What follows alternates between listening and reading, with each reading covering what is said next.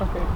Hi everybody, we are in chapter 13. We're in for another action-packed chapter. Sean, if you can explain to us where we are. Sure, we're standing here at Migron in the hills of Benjamin, and in front of us is all the geography of chapter 13. Let's look at some of the places mentioned in this chapter. The most important point is the wadi, which you see down there, the wadi between the two ridges, turning leftwards. That wadi is a central part of the chapter. Now, let's look, you're facing now south, and let's look for a second westwards. Westwards we see here the city of Ramallah, where Mitzpah was. The wadis in that region drain towards the valley of Ayalon and towards the Mediterranean Sea. But in contrast, the wadi here of Michmas, which is very important in our chapter, the wadi of Michmas drains towards the Dead Sea through Wadi Kelt, Nachal Prat, out towards Jericho, and from there towards the area of the Dead Sea and the Jordan. The salient points of geography in this chapter are, first of all, the town of Geva. Geva is located directly in back of me. The Arab town of Jabaa, directly in back of me, is the site of the biblical town of Geva, where the Philistines placed their Netziv, or tax collector.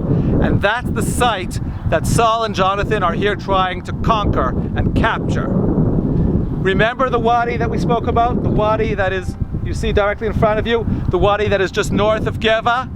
That wadi is the dividing point between Saul's army and Jonathan's army.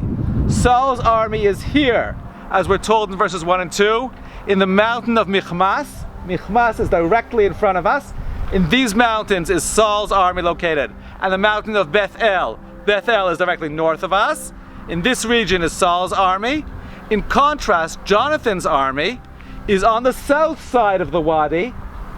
There's the wadi again.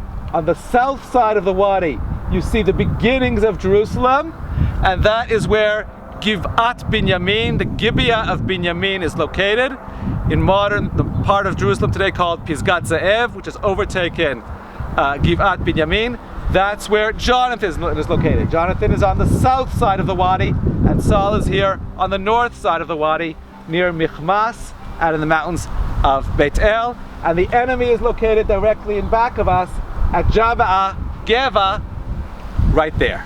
Coming back to our narrative, we see now that Jonathan is killing the Philistine tax collector, and the Israelites are in a panic. They now rally to Gilgal with Saul, while the Philistines are now gathering in Michmas with 6,000 horsemen and 30,000 chariots.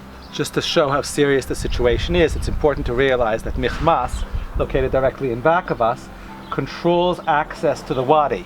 And this wadi is the way that Saul would have to come from Gilgal in this direction. This wadi connects us to Gilgal. Gilgal, of course, is located in the direction of Jericho and the Dead Sea. And so the Philistines are now, instead of being sandwiched, the Philistines are controlling Saul's route of moving into the region.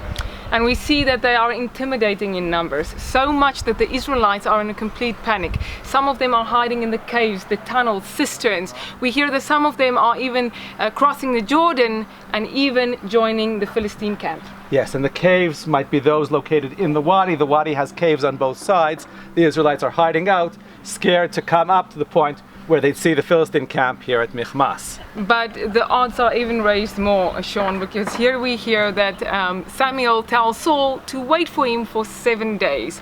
After 7 days, Samuel still doesn't show up, and under tremendous pressure, Saul decides to bring a burnt offering. At the very moment when he brings the burnt offering, that's when Samuel shows up. And Samuel likens his disobedience to disobeying God himself. And from that, he says that the dynasty, Saul's dynasty, will not continue, the bloodline will not continue the kingship. Yes, but it's easy to sympathize with Saul.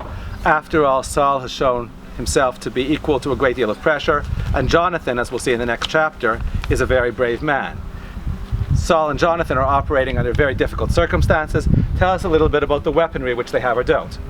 there ain't no weaponry. When we read in the narrative, the Philistines have the monopoly on the weaponry, and if the Israelites want some of the weapons, they have to go to the Philistines and pay tremendous fees to get weaponry. So Saul and Jonathan are the only ones left with any kind of weapons, and this leaves the Israelites in an impossible situation.